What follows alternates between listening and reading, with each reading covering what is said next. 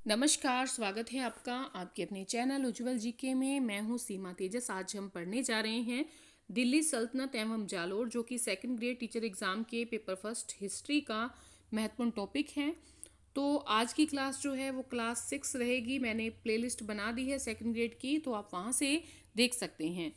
आज की क्लास में हम दिल्ली सल्तनत एवं जालोर के संबंध को देखने वाले हैं। देखिए, जालोर के चौहानों की जानकारी किस शिलालेख से प्राप्त होती है? तो मकराना का शिलालेख जो है, यहाँ से जालोर के चौहानों की जानकारी हमें प्राप्त होती है।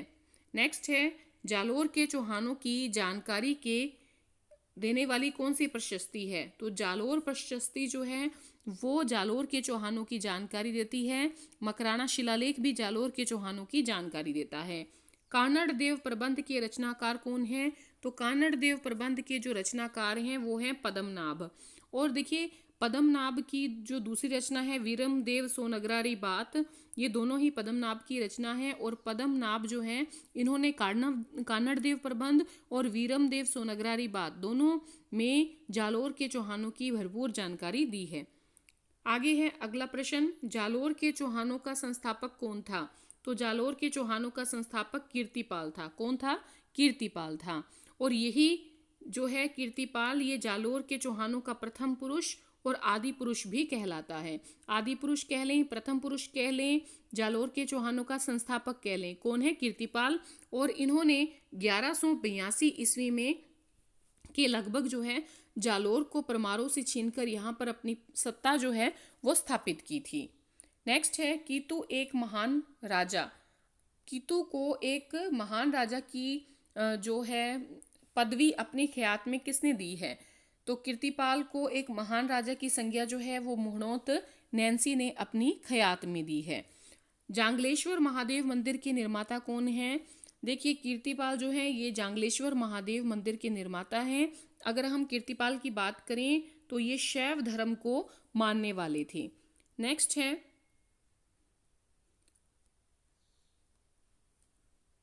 सुंधा पर्वत लेख में कीर्तिपाल को क्या कहा गया है? सुंधा पर्वत लेख में कीर्तिपाल को राजेश्वर कहा गया है।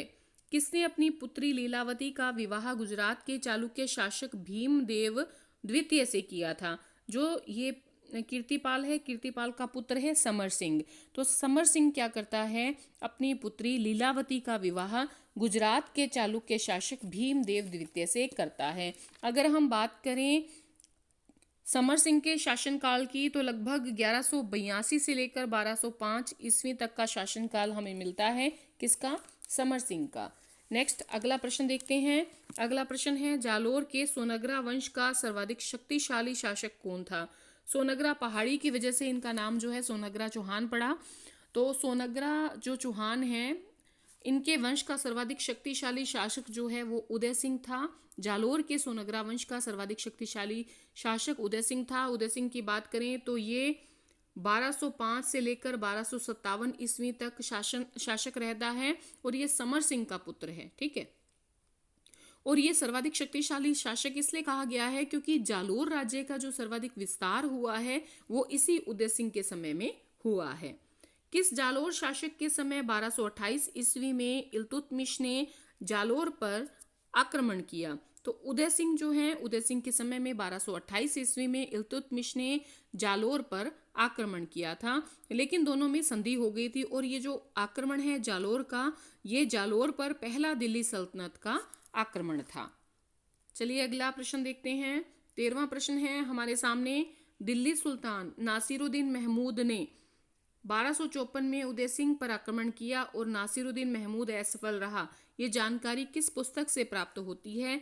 तो कानड़ देव प्रबंध से ये जानकारी हमें पता चलती है कि नासिरुद्दीन महमूद जो दिल्ली सुल्तान था, इसने 1254 ईस्वी में उदय सिंह पर आक्रमण किया था।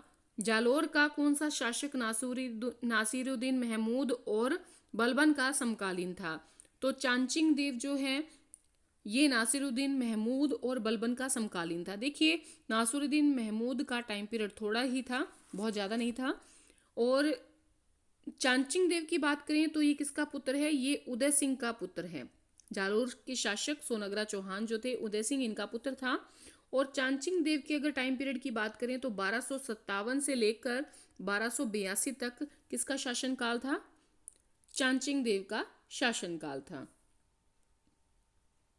किस जालोर शासक के समय बलबन ने नूर मोहम्मद को आक्रमण के लिए भेजा लेकिन वो असफल रहा?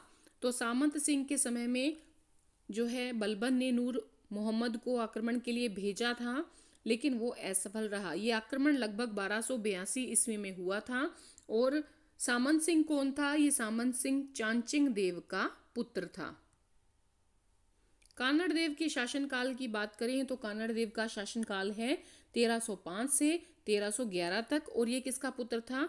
ये सामंत सिंह का पुत्र था। कानड़ देव कौन था? सामंत सिंह का पुत्र था। इसका शासनकाल था 1305 से 1311 तक। कानड़ देव चौहान की जानकारी के स्रोत कौन से हैं? तो कानड़ देव प्रबंध, वीरम देव सोनगरारी बात, तारीख फरिश्ता, आशिका, मुहनोत नैंसीरी ख्यात, ये सभी कानड़ देव चौहान की जानकारी के स्रोत हैं। कानड़ देव प्रबंध की और वीरम देव की बात करें तो पद्मनाभ की रचना है। तारीख फरिश्ता फरिश्ता की रचना है। आशिका किसकी रचना है? अमीर खुसरो की। और मुहनोत नैंसी आप जानते हैं राजस्थान के हैं। आगे है किस दिल्ली सुल्तान के समय कानड़ देव पर आक्रमण हुआ? तो अलाउद्दीन खिलजी के समय में जालोर पर आक्रमण होता है। और अगला प्रश्न हम देखेंगे, अलाउद्दीन खिलजी का जालोर पर प्रथम आक्रमण कब हुआ? 1308 ईस्वी में। 1308 ईस्वी में अलाउद्दीन खिलजी जालोर पर प्रथम आक्रमण करता है और इस आक्रमण में सिवाना दुर्ग का पतन हो जाता है। और इसमें अलाउद्दीन खिलजी के सेनापति कौन रहते हैं? कमालुद्दीन गुर्ग। नाम याद रखिएगा। अगले जो युद्ध है जालोर का युद्ध, उसमें भी कमालुद्दीन गुर्ग ही नेतृत्व करता है। नेक्स्ट है अलाउद्दीन खिलजी के सिवाना दुर्ग पर आक्रमण के समय सिवाना का शासक कौन था? सिवाना का जो शासक था वो था सांतल देव चौहान। और ये सांतल देव चौहान कौन था? ये सांतल देव चौहान कानड़ देव का भतीजा था। किस व्यक्ति के विश्वासघात के कारण सिवाना दुर्ग का पतन हुआ? तो ये भावला नाम का एक व्यक्ति था। इसके विश्वासघात के कारण सिवाना दुर्ग का पतन हुआ। ये सांतल देव का सहायक था। इसने क्या किया? देखिए ये जैसे किला है, किले में यहाँ पर जल स्रोत था, तो यहाँ पर इस जल स्रोत में गाय का रक्त मिला दिया, जिसकी वजह से क्या हुआ? वहां पर पानी की कमी हो गई और सिवाना दुर्ग का पतन हो गया। नेक्स्ट है सिवाना का प्रथम साका कब हुआ? 1308 में सिवाना का प्रथम साका हुआ, जिसमें सांतल देव जो चौहान हैं इन्होंने राजपूत वीरों के साथ केसरिया किया। और इनकी जो पत्नी थी मैना दे किसकी पत्नी थी? सांतल देव की पत्नी थी। मैना दे जो है रानी मैना दे, इनके नेतृत्व में राजपूत जो महिलाएं हैं इन्होंने जोहर किया था। और जो दुर्ग है सिवाना का, उस पर अलाउद्दीन खिलजी ने अधिकार कर लिया था। कब? 1308 ईस्वी में। नेक्स्ट है मारवाड़ राठौड़ों की शरण स्थली। मारवाड़ राठौड़ों की शरण स्थली सिवाना दुर्ग कहलाता है। और अगर जालोर दुर्ग की कुंजी देखें तो वो भी सिवाना दुर्ग कहलाता है, क्योंकि देखिए जालोर तक पहुंचने के लिए पहले किस पर आक्रमण करना पड़ेगा? सिवाना के दुर्ग पर आक्रमण करना पड़ेगा, फिर जालोर पर आक्रमण हो सकता है। तो जालोर दुर्ग की कुंजी कौन सा दुर्ग कहलाता था? सिवाना दुर्ग कहलाता है। अलाउद्दीन खिलजी का जालोर दुर्ग पर दूसरा आक्रमण कब हुआ? 1311 ईस्वी में दूसरा आक्रमण होता है अलाउद्दीन खिलजी का जालोर पर। और इसमें एके का सेनापति वही रहता है कमालुद्दीन गुर्ग। किस व्यक्ति ने अलाउद्दीन खिलजी की सेना को किले के गुप्त प्रवेश द्वार की जानकारी दे दी? तो बीका दहिया नाम का व्यक्ति था, जिसने क्या किया? अलाउद्दीन खिलजी की सेना को गुप्त प्रवेश द्वार की जानकारी दे दी। देखिए बीका दहिया की पत्नी जो है उनको इनके विश्वासघात का पता लगता है, तो वो अपने पति को मार देती है और सारी जानकारी किसे दे देती है? कानड़ देव को दे देती है। लेकिन तब तक बहुत देर हो चुकी होती है और अलाउद्दीन खिलजी की जो सेना है वो किले में पहुंच जाती है। और फिर यहाँ पर क्या होता है? जोहर होता है, केसरिया होता है। ठीक है, नेक्स्ट देखते हैं अंतिम अगला हमारा प्रश्न है 1311 में जालोर की किस रानी ने राजपूत महिलाओं सहित जोहर किया? ये वीरम देव की माता थी रानी जैतल देवी, और ये कानड़ देव की पत्नी थी। रानी जैतल देवी राजपूत महिलाओं सहित जोहर करती हैं 1311 में। आशापुरा माता के समक्ष किस राजकुमार ने अपने मस्तक को चढ़ाया? तो वीरमदेव जो है इन्होंने अपने मस्तक को जो है चढ़ाया था किसके सामने? आशापुरा माता के समक्ष। जालोर का प्रथम साका कब हुआ? जालोर का प्रथम साका जो है वो 1311 ईस्वी में हुआ। 1311 में जालोर का प्रथम साका होता है। सिवाना का प्रथम साका 1308 ईस्वी में। नेक्स्ट है, जालोर दुर्ग पर अलाउद्दीन खिलजी ने अधिकार करके उसका नाम क्या रखा?